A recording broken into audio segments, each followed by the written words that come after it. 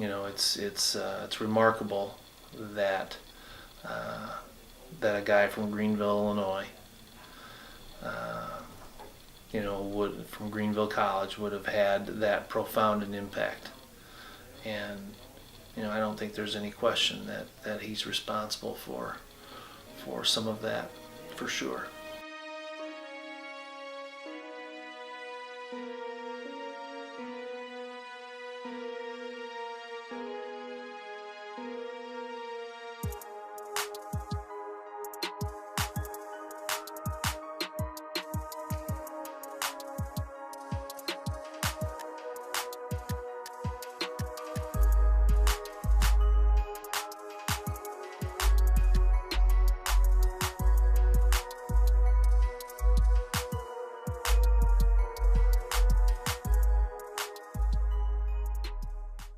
In my role right now, I'm standing on his shoulders, not just his shoulders. My coach, Dave Altop, and the coach that preceded me, Bob Marsh. And so I'm just really blessed to be able to have the honor of following in their footsteps and trying to live up to the bar that they set as it relates to this program. So when Ish was president, that was when I got hired as the baseball coach here. I've turned to him often in my time here, and he's such a wise man, and I've just been fortunate to be around him a lot and to enjoy his company and just have a lot of love for him. And he's been a phenomenal supporter of our program and what we're doing here. So, but yeah, it goes back to before I was born and my dad's experience here in baseball and his respect for his coach and if a man that I love and respect that much has that much respect for his coach, certainly that's going to be something I need to reflect as well.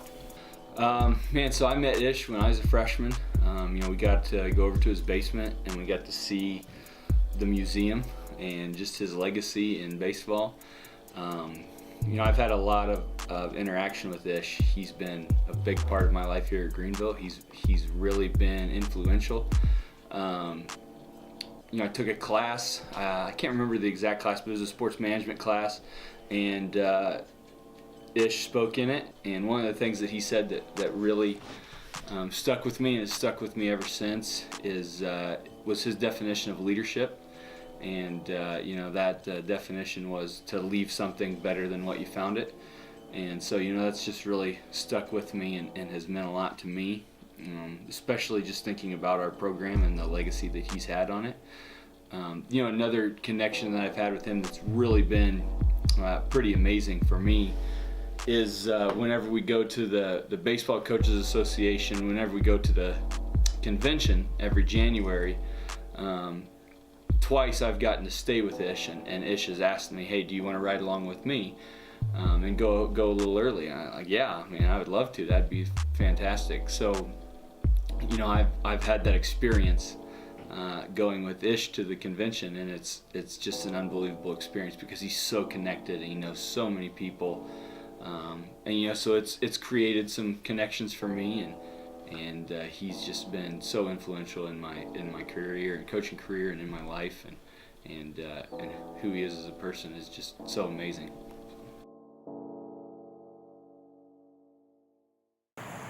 Kind of set a foundation for us to build onto. If you go out to our field, it's named after him. So every day we kind of play towards what he set up for us, and we kind of just build. We're just trying to build on what he did and the legacy that he left for us. So I think for me, the biggest thing I look at Ish Schmidt, and it's up here at Greenville, and so I think I take away his devotion to the baseball program, his devotion to the college, his devotion to his family and his wife. That's just something that I as a young man and as a team as a whole, that's something we should look up to. And yeah. So Ish has been valuable, just not with just the person himself, but with his knowledge, not just of the game, but of life as a whole. He's kind of been a mentor to, not only a team, but to our coaches as well. And that's something that, a lot of time is overlooked. And, he's, as Isaac was saying, he's the kind of guy that you want to look to, you want to be like. And it's also awesome to see that a guy that has such great accolades as himself can be humble and, really show Christ in himself. And that's kind of he's been a really good example for all of us to follow. Corbett said for the question before, he is very humble in what all he has achieved, and in doing that, he sets the role model for us in the way that we should be humble on and off the field, and that definitely shows how much of a Christ-centered man he is to the way that our coaches want us to be, and the way we should be living our lives with Christ showing through us. I think that with Ish and what all he did, that he saw what he wanted and he went and did it, and that's something we can look up to as players.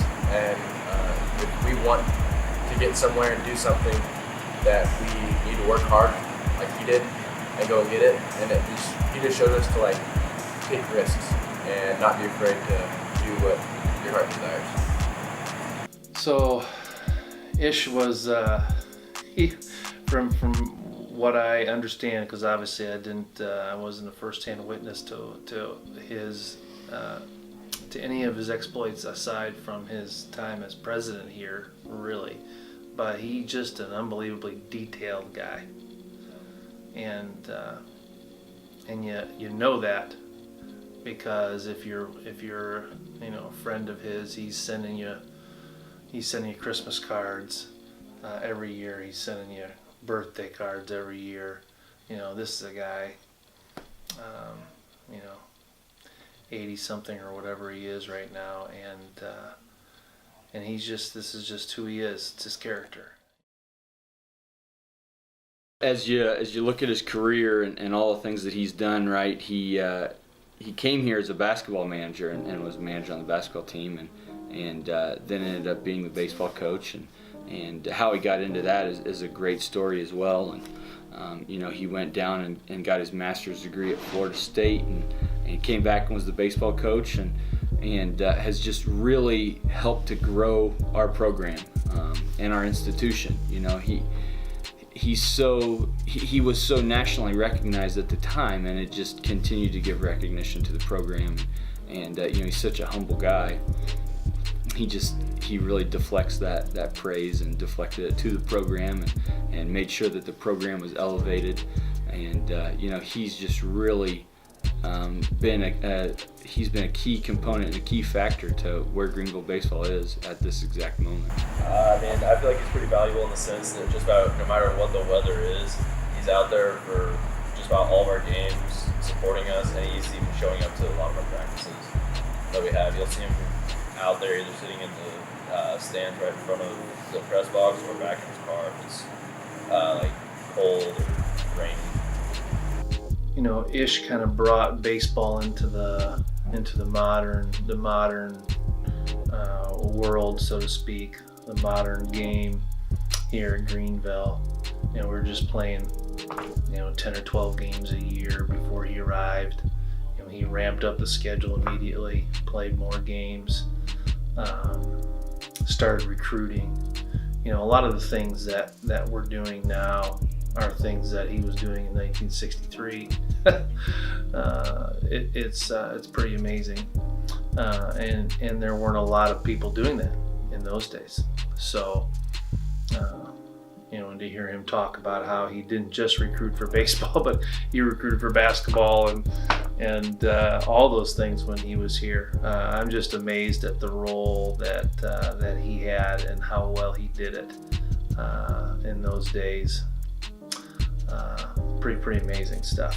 So his impact on the school, you know, he definitely raised the awareness nationally and internationally as it relates to Greenville College and now Greenville University. Just the profile. Here's a guy that is respected nationally and internationally for his contributions to baseball, and you know, then he becomes the president of the institution.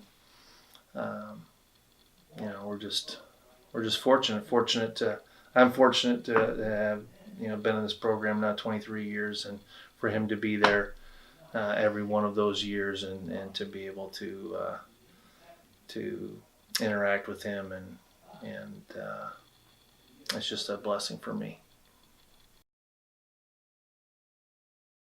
In 1975, I was elected secretary and treasurer of the NAIA, and then a year later I was elected in 1977 president of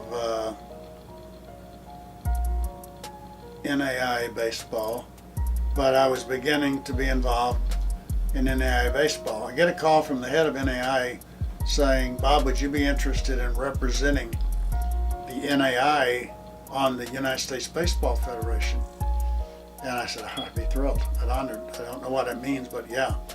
And so I went to a meeting out in San Diego, or in San Francisco, and found out that the United States Baseball Federation was an organization that had NCAA, NAIA, junior college, Babe Ruth baseball, Little League baseball, all the teams, National High School Federation. Everybody had a seat on the United States Baseball Federation, and our job was to oversee international baseball.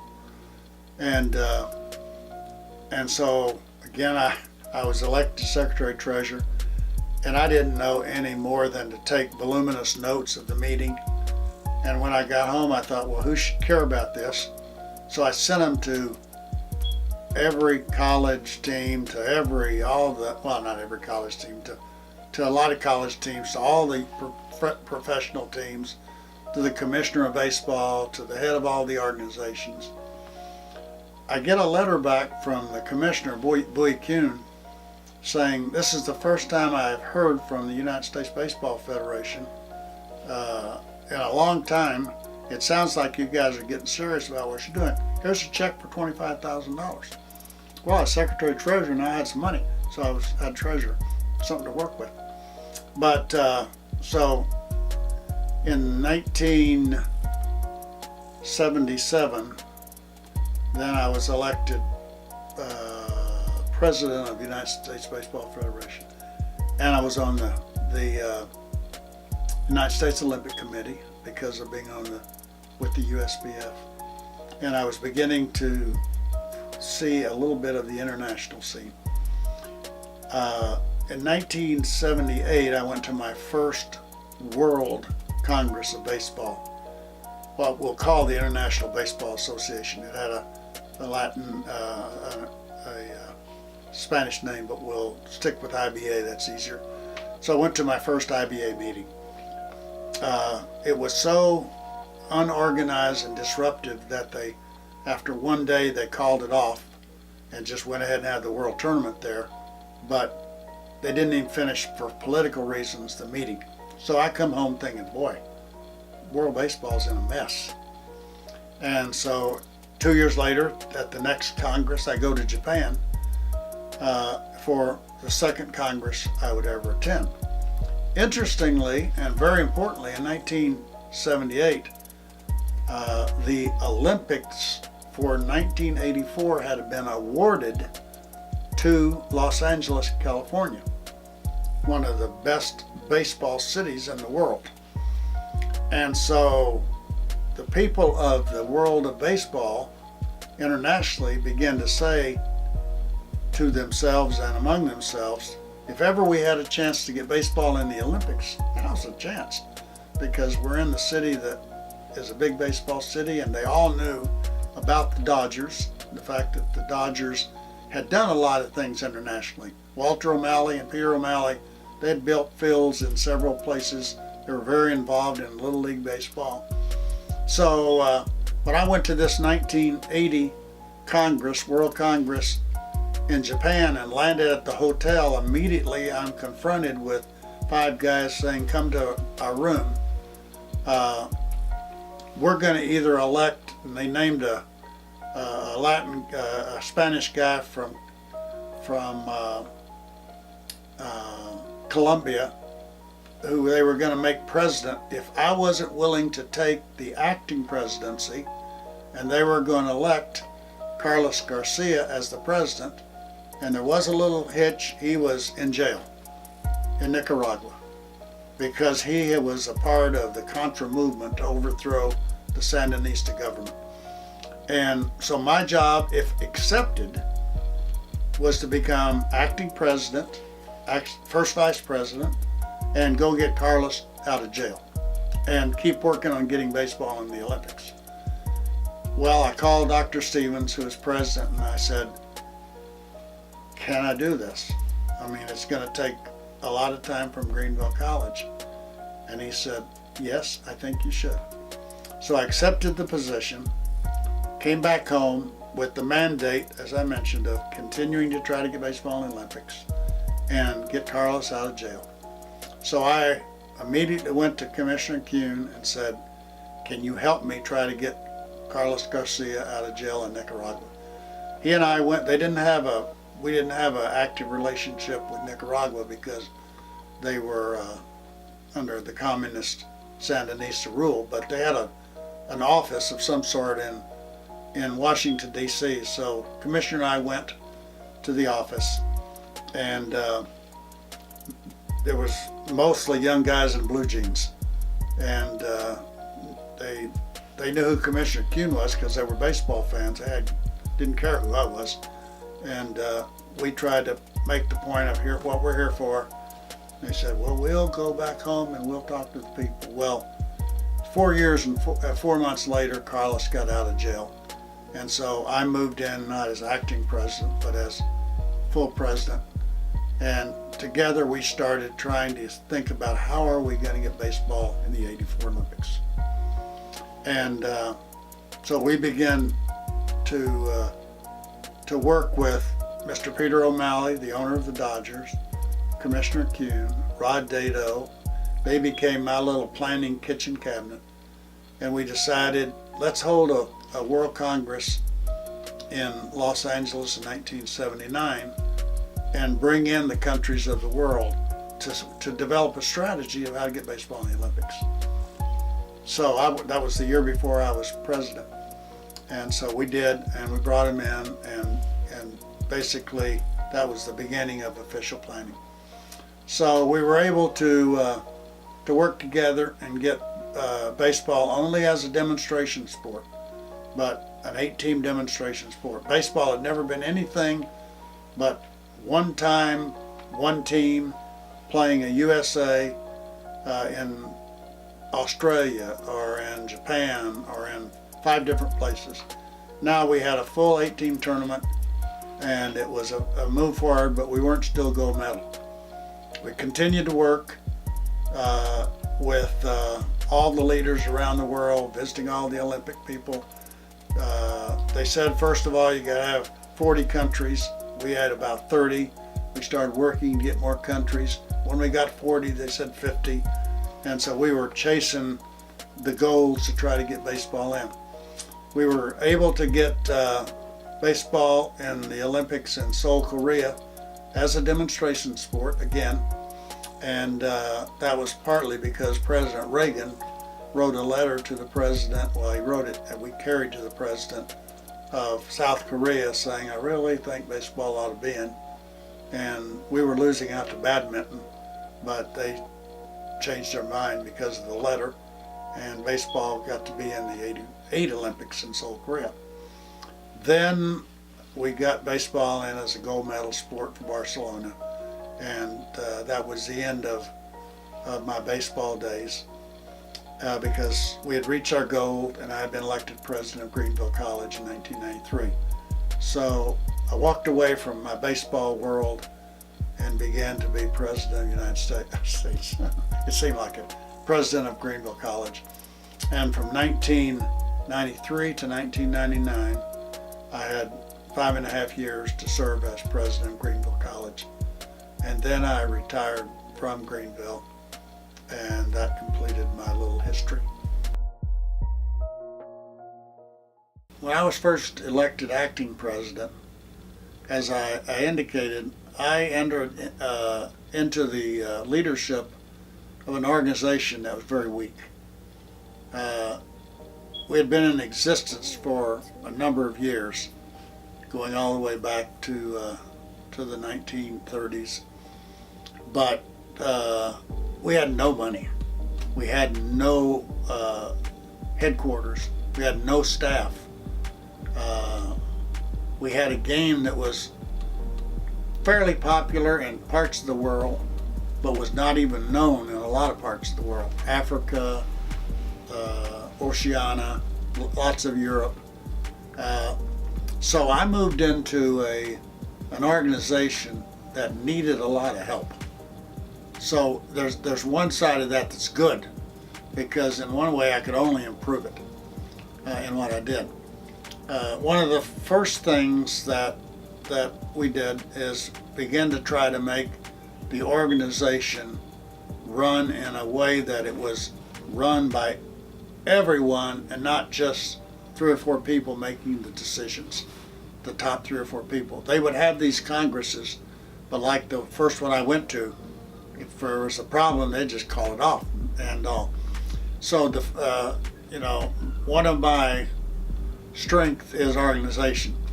So one of the first things we begin to do is when the officers that we elected, we sat down and we say, we're going to start having real congresses. We're going to start letting the people of the Americas run baseball in the Americas, and the people of Europe run baseball. We're going to give them some help. We're going to give them some leadership, but we're going to let them get organized. So instead of just 3 or 4 people within that first 4-year period, we had developed 5 area organizations running baseball and giving them the help and support they needed to run their own tournament, so that they would then bring teams to our national team. We began to work on developing youth baseball at all levels. Now, Little League had world tournaments. Youth baseball was internationally run more than anybody else by Little League, but the other organizations took a shot at it, but it's very weak. But around the world, there was not much youth baseball internationally. So we got a strong youth baseball committee led by Dick Case, who was our USA head of our United States Baseball Federation. He was our executive director. He had run Babe Ruth baseball for many years, and put him in charge, gave him authority to really get things moving. We began to have about 4 levels of youth tournaments internationally. We began to work on developing baseball in Oceania. We had baseball in Australia, but that was almost it. Well, we had a little bit in Guam, not very much. That's also Oceania. But we began to help Oceania develop into a larger group and started some baseball down in that part of the world. Africa, we began to work on Africa, and we had South Africa, and we had another couple of countries there.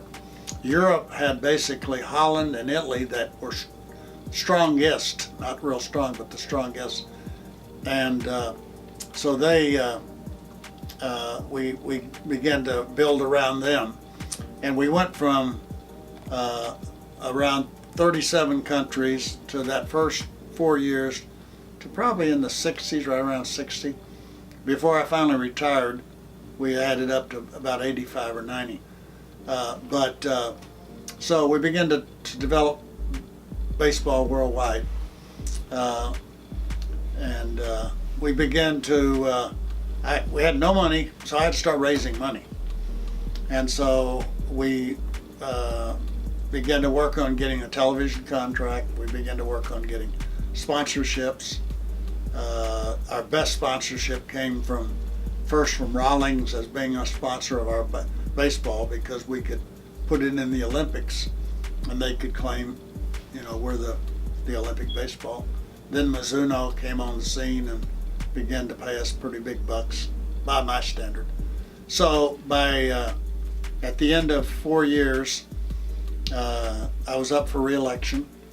The Congress was in Cuba, and I had two guys running against me. I had Bruno Benick from Italy and a Puerto Rican, and they both really wanted to replace me. And so I had to decide, am I going to run, am I not going to run? So I talked to Rich Stevens, the president of Greenville College. He says, continue if you want to and if you can. So I went to Cuba as one of 3 candidates up for re-election. A turning point happened on the second of the third 3-day Congress, when I was invited to make a call. I wasn't sure where we were going, but I had an idea.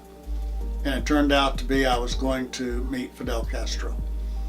And so what I thought would be a 10 or 15 minute, glad your World Baseball's here, go.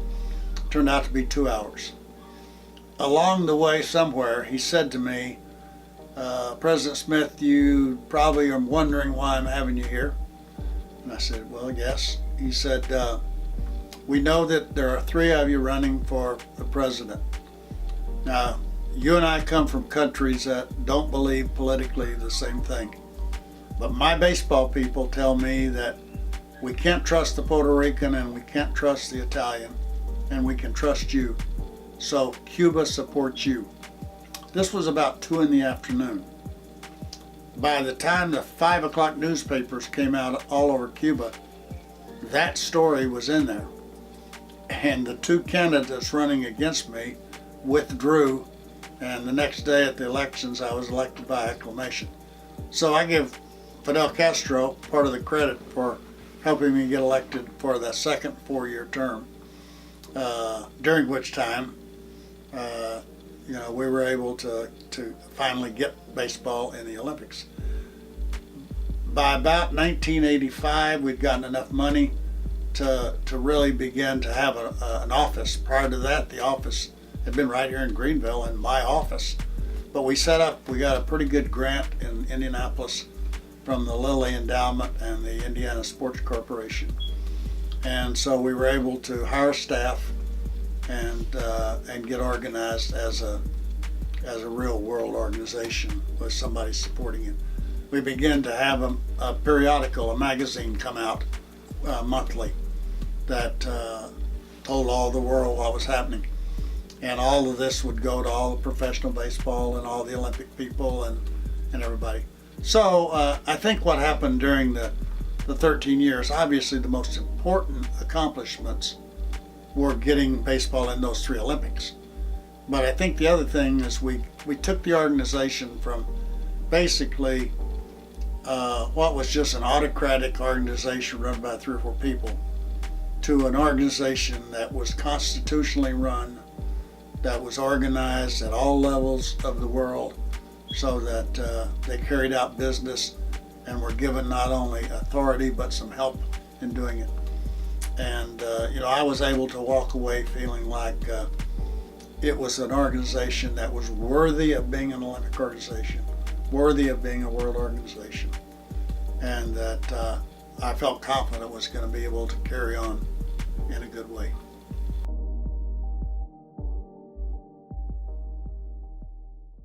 Having gotten baseball in the Olympics or been a part of it, it obviously means a lot to me. Baseball has started the World Baseball Classic. What's it called? I'm trying to think. Classic. Yeah, the World Baseball Classic. And in some ways, that's very much like the Olympics in that players get to play for their own country. And, very happy they're doing that, but I'm also wondering and concerned if there will be some baseball people who will become satisfied with that. We know baseball is going to be in Japan in 2020, and I'm very happy for that. If my health allows, there's about 5 or 6 of us who are already talking about going to that, including Mr. O'Malley and some of my baseball officials who worked with us to get it in. The Olympics are they've changed so much. When I first started, there were no professionals in the Olympics at all. And for both the 84 and the 88 Olympics, we had no professionals. It was all amateurs. In 92, we could have had, other sports had professionals, but the baseball people had been so sold on the anti-professional baseball that they continued to not have baseball, have the professionals. But we know it's going to be in 220. 224, it's in Paris, and it's a long shot, but they did something, the International Olympic Committee did something that they've never done. They've always, 6 years ahead of time, selected the city and determined these are the sports that are going to be in it. And originally they wouldn't veer from that. They begin to veer for that some. But what they did in the election here just this past few months is they selected Paris for 2024, but they selected Los Angeles, California for 2028. So given the fact that we know Los Angeles will want it, our hope is that Paris will be convinced to fight for it to the point of helping keep it going. Now, I won't be involved in any of that work because I am completely out of the whole mix of doing anything, but that's my desire. And if we can get it in, for those 3, then maybe we have enough of a foothold. But the way in which the International Olympic Committee has moved is that they're taking a lot of lesser sports that are television sports, because it's all about making the big television bucks. And one of the main reasons that we didn't get baseball in sooner is they knew that we weren't going to be able to bring the best professional players to the game. If the game's in the summer, MLB is not going to stop for 3 weeks and let you go play in the Olympics and then come back, or they're not going to let the 20 best ball players go and be away from their team for 2 weeks or 3 weeks. So they will still have that hump to come over and try to figure out. Soccer is controlled, all the amateur and all the professional is controlled by the same organization.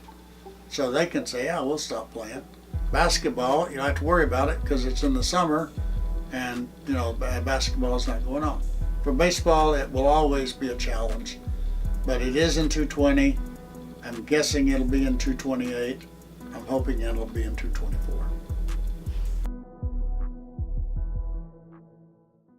Well, let's start with this wall. This was the 84 Olympics, primarily, to begin with. It used to be kind of all 84 Olympics. But this is a picture taken on the opening ceremonies, 44,000 people. And here I am giving a talk there at the beginning of the Olympics, the opening ceremonies that night. It's probably the best team that the USA had. It had Mark McGuire and Barry Larkins and Will Clark, and of the 20 players on our team, 15 of them were in the big leagues within 2 years. So it was a great team. But after the Olympics were over, Mr. Peter O'Malley sent me this, which was the autographs of all the players from the 1984 Olympics.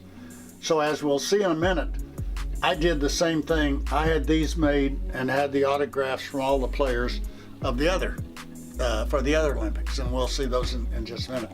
But this is the '84 Olympics, and then just a lot of other items that you collect when you travel around the world, and we'll see some more of those. Then the next Olympics was the Seoul, Korea Olympics, and most of this was from the 1988 Seoul Olympics, and you'll see there's the baseballs with all the autographs. One of the special pieces of this little collection is one of the actual torches that was used in the torch run. The very fact it's burnt makes this one important, because we know that it was actually used. So the Seoul Olympic Committee sent that to me afterwards. I got it about a month after the Olympics. So that's a special piece. You'll see in all of these Olympic that collecting pins, there are all kinds of pins. Every country has a number of pins, every sport has a number of pins, and so you trade pins. I would wear this hat when I wasn't doing anything official. We'd go shopping or something, and a person would come up and he'd say, "I'll trade you this for something," and so I would find something, and so I've got all spread out throughout the basement, just all kinds of pins from all the Olympics. I probably have the best collection of baseball pins there is in the world in this basement. So that was the 1988 Olympics. Now, while we're here, up here is when the college most graciously named the field for me, and so that's some of the items from that. We had Commissioner Bowie Kuhn come and speak, and we had Dr. Orley Heron come back. This is an interesting piece of, that was sent to me by the Korean Olympic Committee. It's 24 karat gold and jade. It says that down here, but I have no idea what the worth is. But it's got to be worth a bit. Over here is the memorabilia from the '92 Olympics. This was the first gold medal Olympic sport. I had two jobs in '92. I not only ran baseball as president of World Baseball, I was the assistant chef de mission for the United States team, which meant I went over about 3 weeks or so before the Olympics started, and when the track people and the basketball people and the baseball, all of the teams would come in, it was my responsibility, along with Mr. Walker, Dr. Walker, who was the chef de mission, and I was the assistant chef de mission. Get them in the village, get them settled. If a problem arises, we worked it out. So I did that for about 2.5 weeks, and then I went to my baseball congress that we were having up close by, and then came back and ran baseball. But it meant, because I was the assistant chef de mission, it meant I got to march in the parade.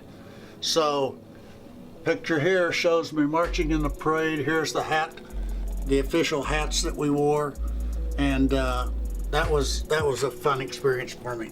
I actually marched in about half the parade because my wife was sitting in the stands, and after I got my picture taken by Rex Bennett, who was my Greenville College graduate who was with me, then I jumped the fence and went and sat with my wife. But I wanted to at least be a part of the thing for a while. But this is what a lot of this is. Now we move over here and start down this way, and you'll just begin to see all kinds of things that you collect and pictures. Up here is a picture of me with Fidel Castro, with President Ortega, who is president of Nicaragua, with Pierre Trudeau, who is the head of the Canadian government, President Reagan. This is sort of some of the VIPs. We had a game on in the Rose Garden at the White House, and that shows that we had Baltimore Orioles. There's Jim Palmer and some of the ball players on that team against a little league team, just for fun, obviously. And the reason we were there is that Congress had named the month of May in 1983 as the National Baseball Month of the Year. And President Reagan was there to sign this into being. I was to make a speech, and President Reagan was ahead of me, and he spoke, and then his job was to introduce me as President of the United States Baseball Federation, who will say a few words. And then I was to say, when I finished, let's play ball. Well, he was using a teleprompter, and he left the teleprompter and started ad-libbing, and he got to the part where he's supposed to introduce me, and he said, let's see, what do we do next? Let's play ball. So I didn't get to make my speech. So I've got a 1 and 43-second speech over in my file drawer that never got made. And it was supposed to be made that day. My contention was, jokingly, that he was beginning to already have Alzheimer's, and that's why he forgot to introduce me, but that's not the case. I'm just kidding. But it was a fun thing to have on the white. This is the letter from President Reagan that I took to the Blue House in South Korea that got us in the Olympics. So that's a historical, very historical letter in that baseball probably would have lost to badminton had that not been the case.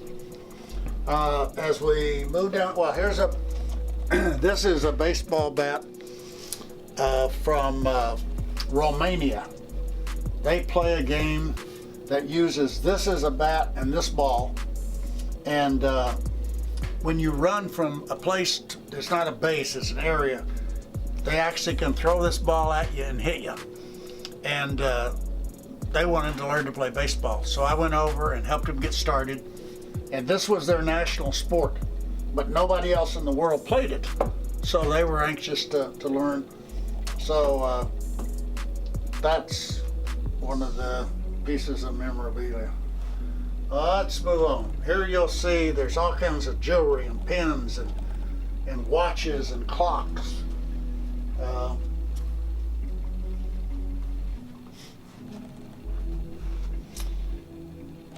Let's keep going. Here's an interesting little piece of history. When you go to Japan and play, this is the way they do autographs. And they have all the players here and all our players here.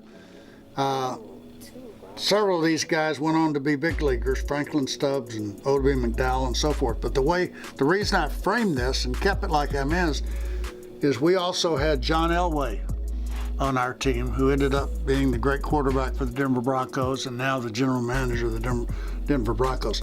I think because of that, this is going to be historically important and probably worth something. But it's just a part of my memorabilia. One of the things that needs to be always shown according to my grandkids when you come to the basement, if you have problems with any of these, neuralgia, arthritis, poor appetite, insomnia, tetanus, leprosy, hemophilia, facial neuralgia, and so forth, one little swig of this baby will take care of that. This is called adder liquor, and you'll see there's the adder snake going down through there. When I was in North Korea for 3 days, they had a dinner for us. There were 3 of us baseball people from outside of North Korea and 3 of theirs. There's 6 of us sitting at the table. And they opened a bottle of this, and we were supposed to toast with it, where you take a little bit and do this and so forth. Well, I wasn't about to, nor neither were but the 3 North Koreans actually drank from a bottle just like this, and I did Coca-Cola or iced tea or something else instead of this. But this is one of the kind of rare things from down here.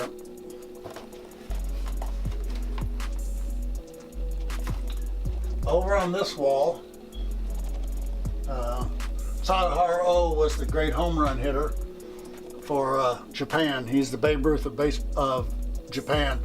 I'm going to take those down so you can see these are bats where we won conference championships back in the 60s and 70s. So I'm sort of proud of that. The 1969 team up here 21 and 3, the autographs of all the players are on there. So that's kind of a special. And the picture is right over here next to it if you want to slide over there and take a picture.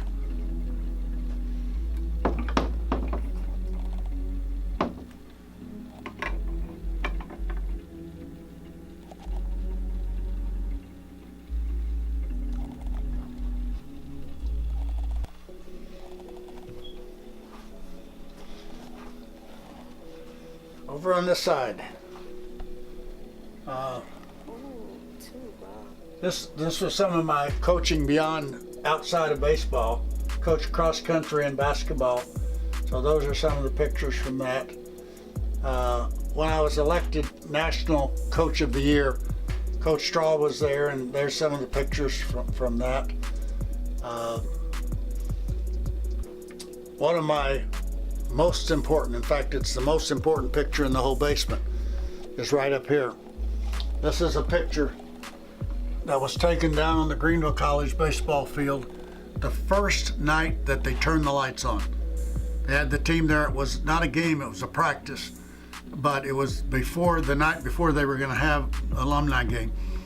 And Coach Len Carlson was nice enough to invite me to come down and to give a prayer, a dedicatory prayer for the lights, the new lights on the field.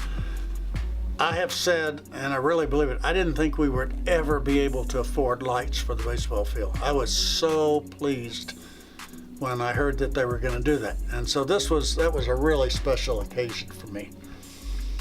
If you move down here, you begin to see a lot of Cardinal. I'm a huge Cardinal fan. And you'll see all these rings and things and baseballs and tickets and all kinds of stuff. Now, if we move in here in a minute, we'll see that I've got a whole room full of Cardinal memorabilia.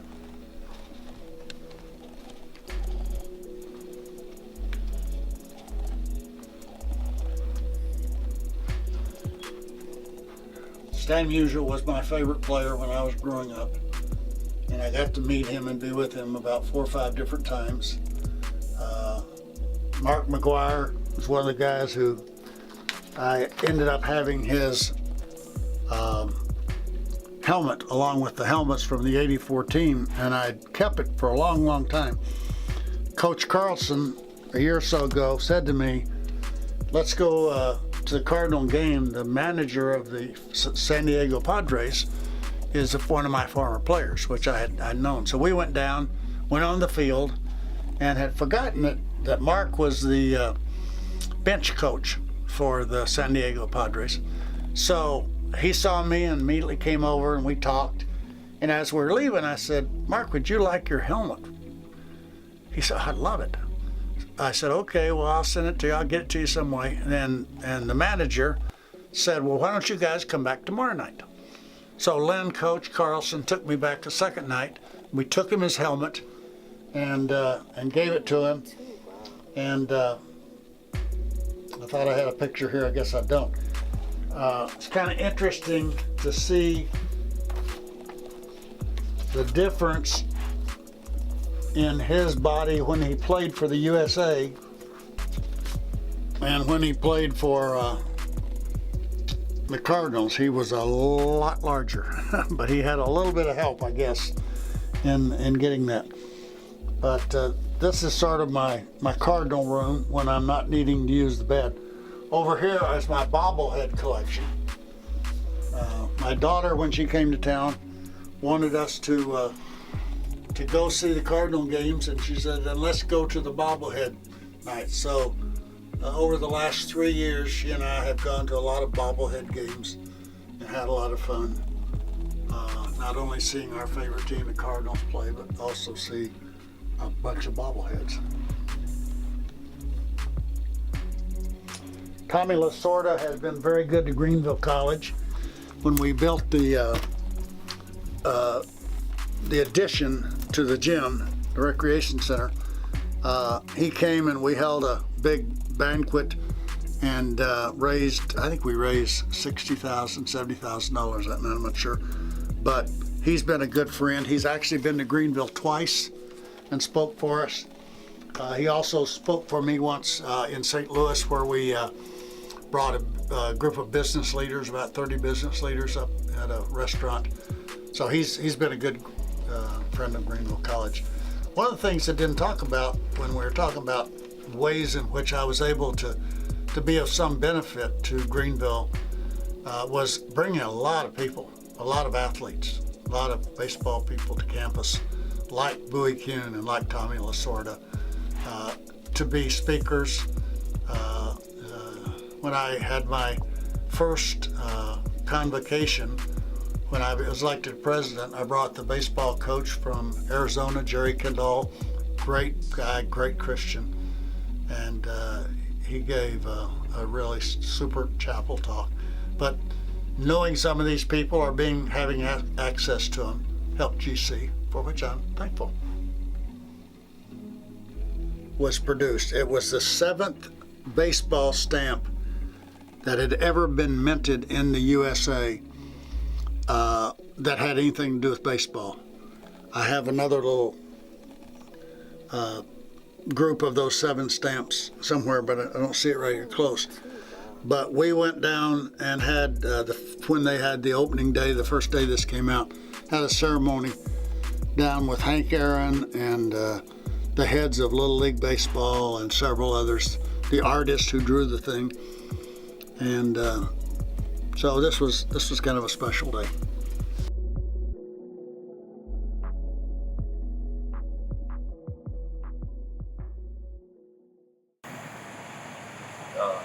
He shows us that there's more to baseball, or more to life than baseball. Like, a lot of people live their life where baseball or whatever they're involved in most, investing their time in, becomes kind of central to that. And show that there's more to life than baseball.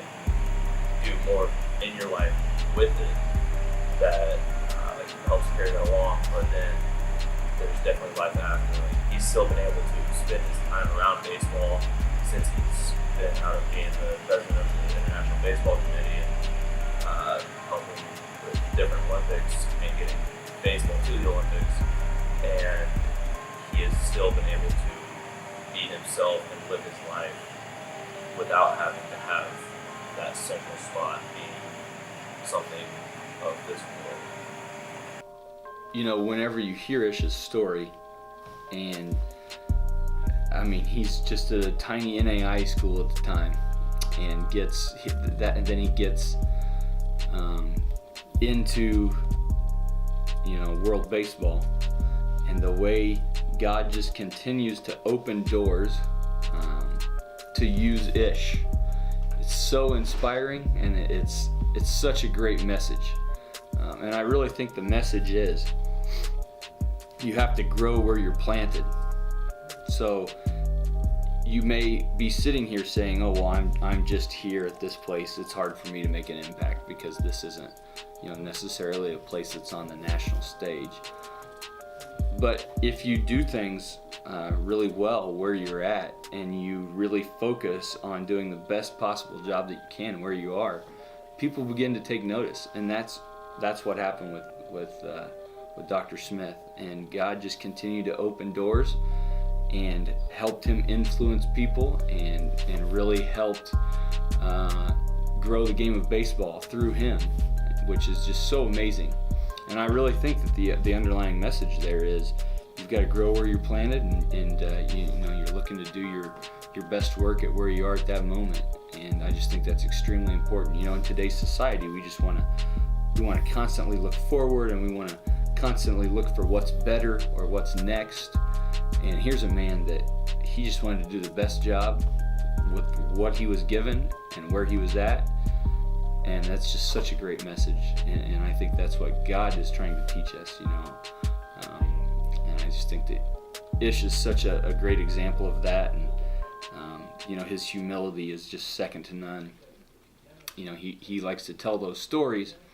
He likes to tell stories about how he was at each Olympics and how he helped get baseball into the Olympics, but really he deflects all the praise. He said, you know, God was just using me, and God was in control, and God orchestrated it. And, you know, it's just his humility and his faith that are just so impactful.